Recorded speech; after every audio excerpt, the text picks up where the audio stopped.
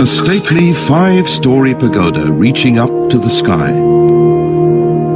This traditional architectural style, built entirely from wood, dates back to the earliest years of Buddhism in Japan, almost 1500 years ago.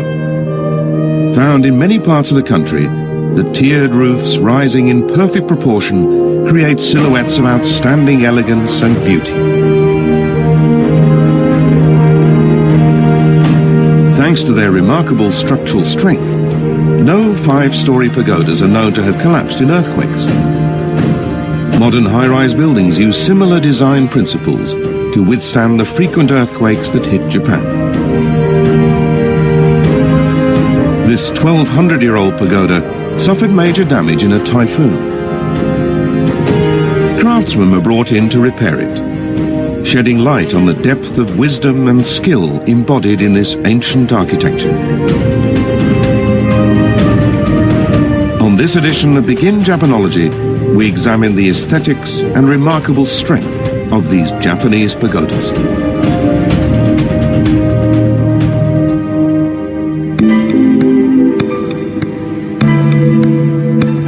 Hello and welcome to Begin Japanology. I'm Peter Barakan.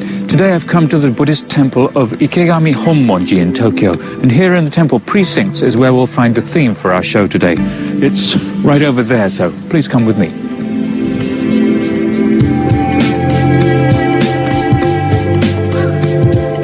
This pagoda was built 400 years ago, and it's about 30 meters high. Even from this distance, it's pretty imposing. It's quite remarkable that it's lasted all this time, and it really is an amazing piece of craftsmanship. Pagodas are often featured in posters and postcards to convey a typically Japanese scene. But even for Japanese people, the sight of a pagoda like this imparts a vivid image of traditional Japan. First of all, let's take a look at a number of pagodas around the country. This Buddhist temple, Horyuji, stands in the Ikaruga district of Nara Prefecture. It was founded 1400 years ago. These buildings in the temple compound are the oldest extant wooden structures in the world.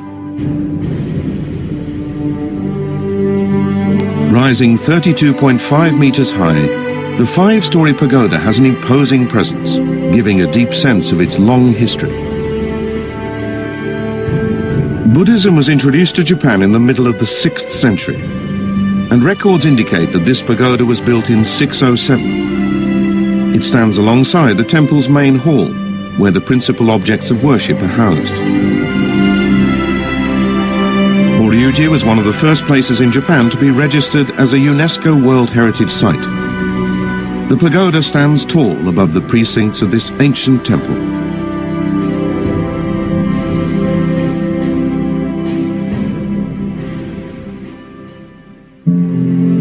In the 8th century, the imperial court moved to another part of Nara. When the new capital was founded, a temple called Kofukuji was built there. It also has a five-story pagoda. Rising 50 meters, this is the second tallest pagoda in the country. It's as high as a typical 13-story building. Rebuilt on several occasions, the current structure was erected in 1426.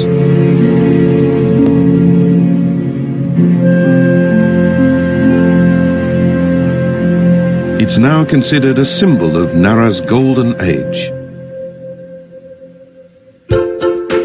Kyoto was the capital of Japan for 1,000 years. Here, among the elevated bullet train tracks and modern buildings, rises an ancient five-story pagoda.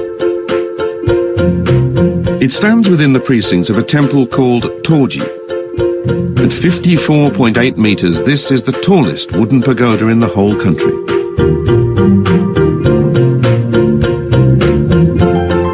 It has been rebuilt several times. The existing structure is the fifth, dating from the 17th century.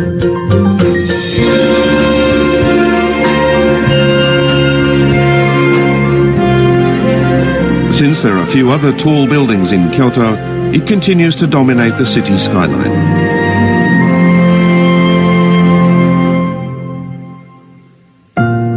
Five-story pagodas are found all over the country. This one at Rurikoji, a temple in Yamaguchi Prefecture, was built in the 15th century. The roofs have beautiful curving tips, with each tier slightly smaller than the one below, making the form slender and elegant.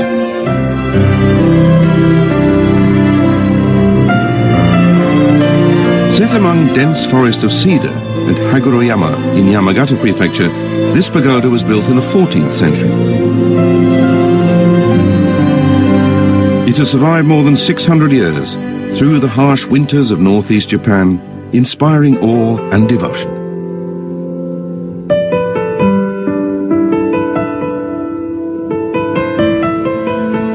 This dignified pagoda is at Hasedera, a temple in Nara Prefecture. Erected after the Second World War, it's one of a number of new pagodas around the country.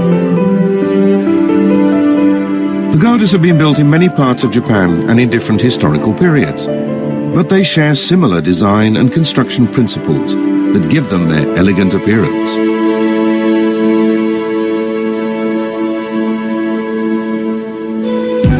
One key is the sense of proportion. Alright guys, now that we've learned a little bit more about the history of pagodas, why don't we go ahead and create our own. So, grab out that piece of paper that I sent home, your pan watercolors, your crayons, and a pencil if you would like to draw in pencil first. Alright, and while you're doing that, I want to tell you one more really awesome fact about pagodas. Like the video mentioned, the Japanese pagoda is built almost like Lincoln logs or like a puzzle.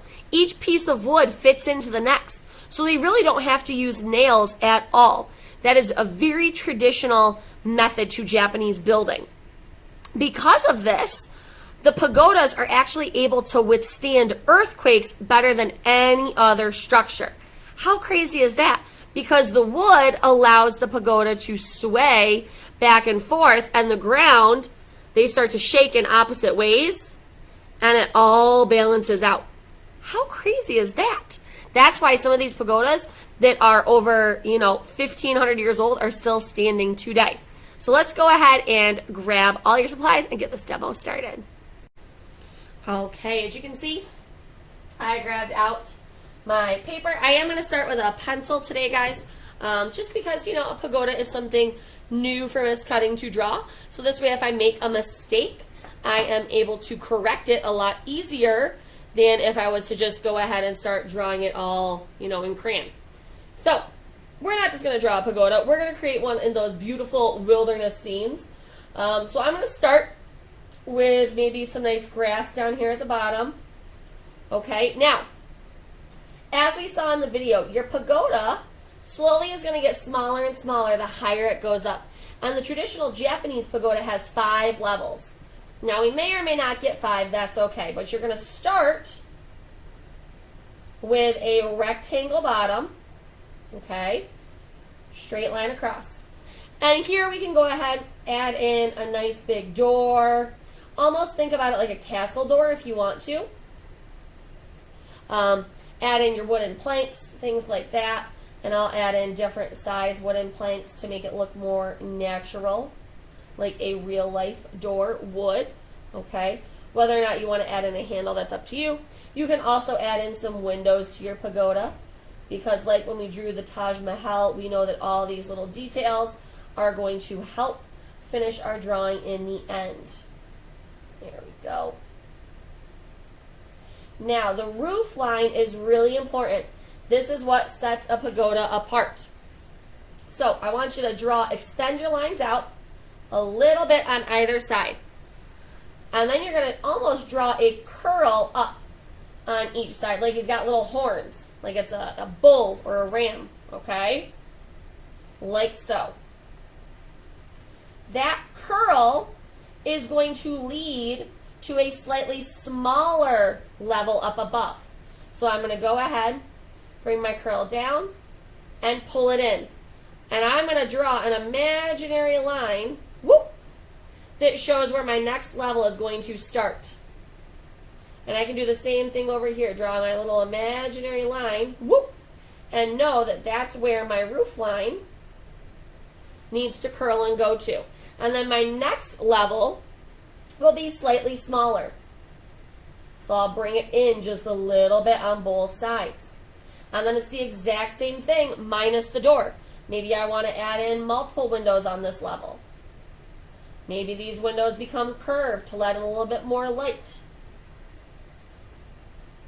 And then again, my roof is the same concept. I'm going to curl it on both ends. And then again, bring it up and in. Up and in. And then it gets slightly smaller the higher it goes up. Alrighty? Maybe on this level, I can only fit 2 windows. That's okay, guys. Curl it, curl it. Notice that not only do my middle sections get smaller, my roof sections are starting to get smaller and smaller as well. And again, and maybe this one only has 2 windows. 2. All right, and then my last one, maybe he only has 1 large window, like so. And then traditionally, all pagodas have a little spire at the very top. And Miss Cutting's kind of running out of room here, so mine's going to be real teeny tiny. But a spire is just a tall little peak at the very top, and I'm going to finish it off with an oval. Now, like I said, we want to make this look like it's seated in the mountains, that it's been around for at least 1,500 years. So let's go ahead and add in some mountains to our background here, right? Make it look like it's nestled in there. We can even add in some trees if we want to. Big and tall. And have that turn into big old bush shape over here. And this is why, guys, I drew in pencil, obviously, so that I could erase more easily. Okay, maybe I've got a little like bush down here, a little fern. All right, so I'm going to go ahead and I'm going to add in a few more finishing touches, like some lines to my roof. Now watch what happens here. It's going to match this side, but as it gets closer to the middle, it's going to go straight, and then it's slowly going to start to turn to match this side of my roof. See how that happens, boys and girls? It slowly turns to match. So I'm going to do that the whole way up and get this traced, and then we can go ahead and start painting.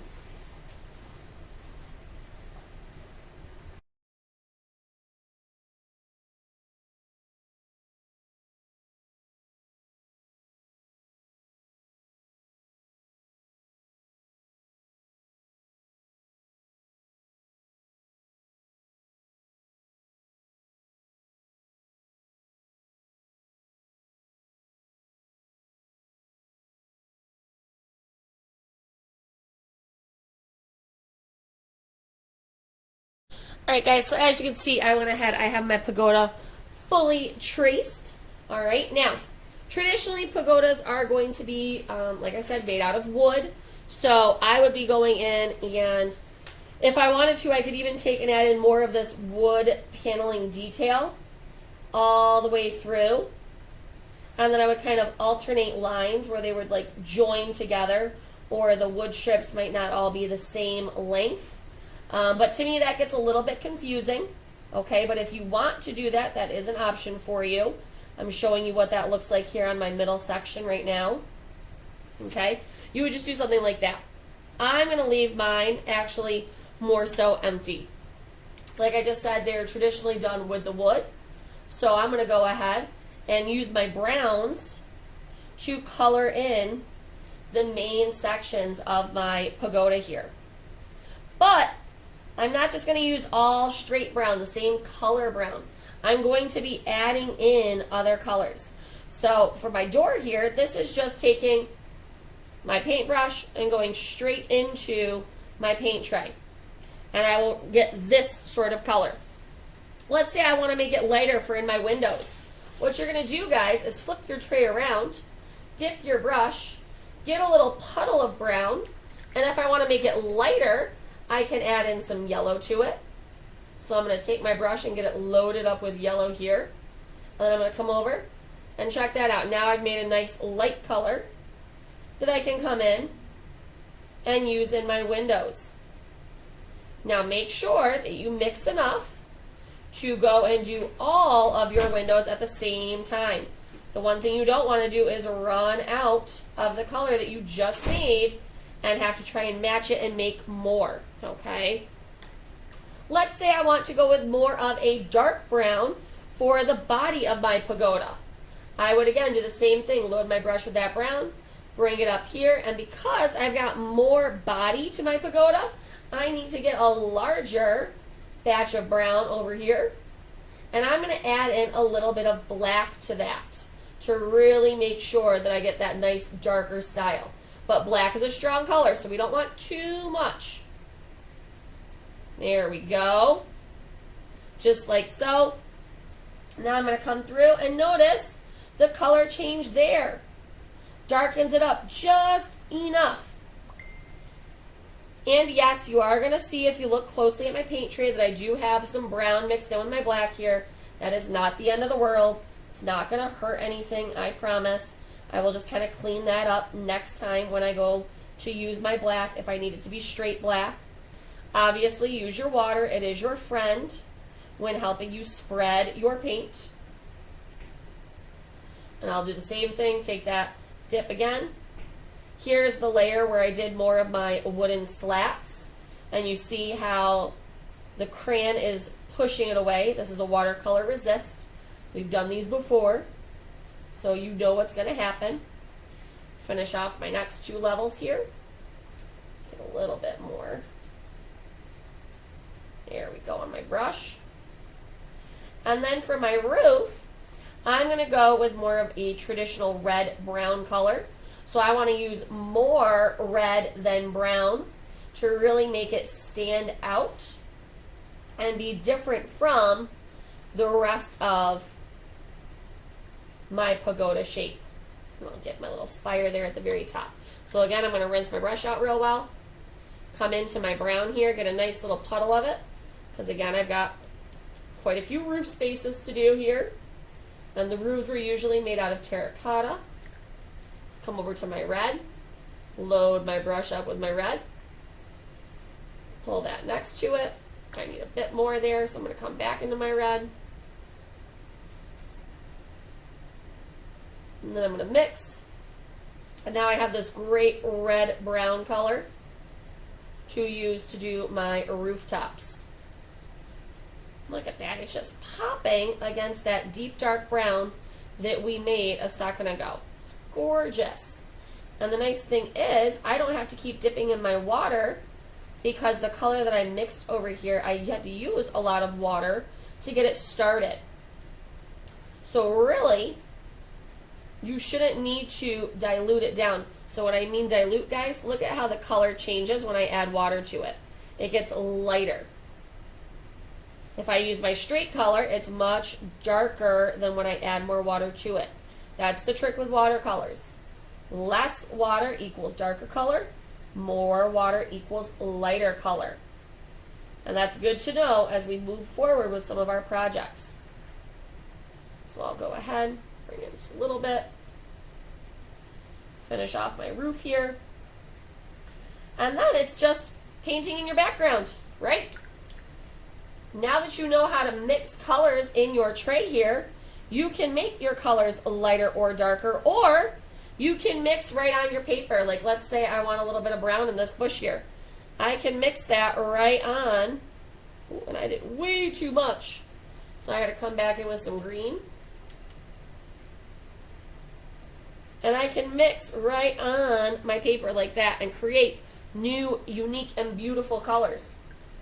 With my mountains, I can come in and I'll use probably a lighter black, so that means I would need more water on my brush and less time in the paint, and I will create my mountains and make them look, you know, snowy and rocky and craggy by not filling it in all the way.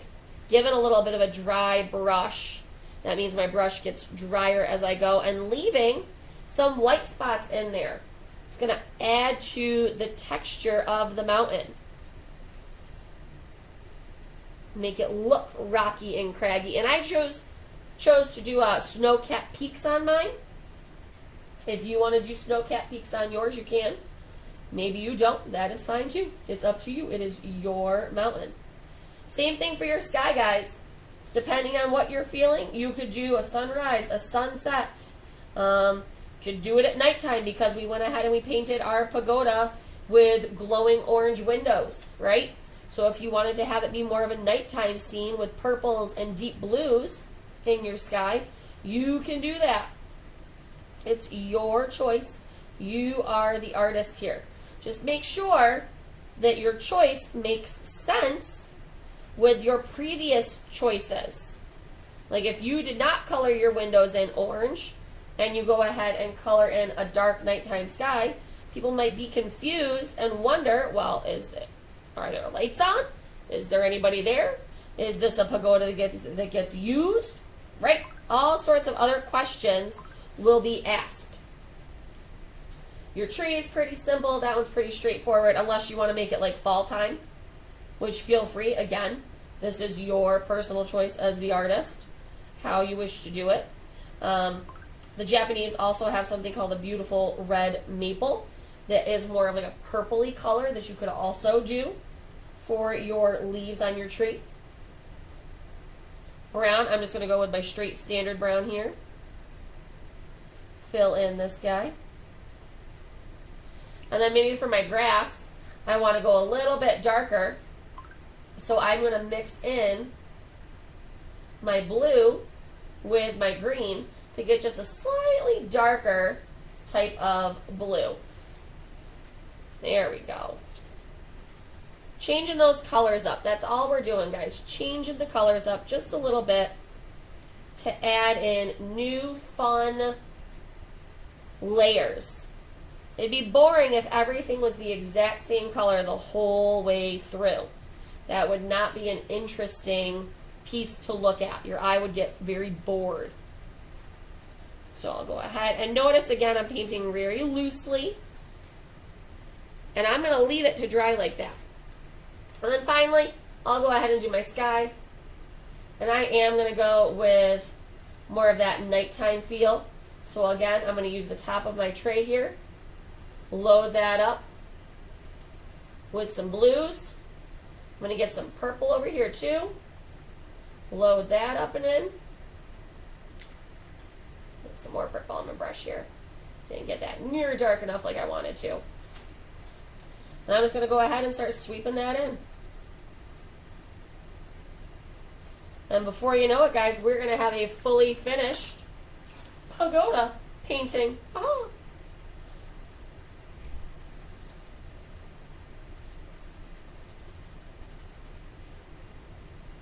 And I just switched out to a slightly larger brush, guys, so that way I could get this one, my background, done a little bit faster here. I know you do not have a larger brush. That's fine. You are also not talking and doing a demo at the same time like Miss Cutting is.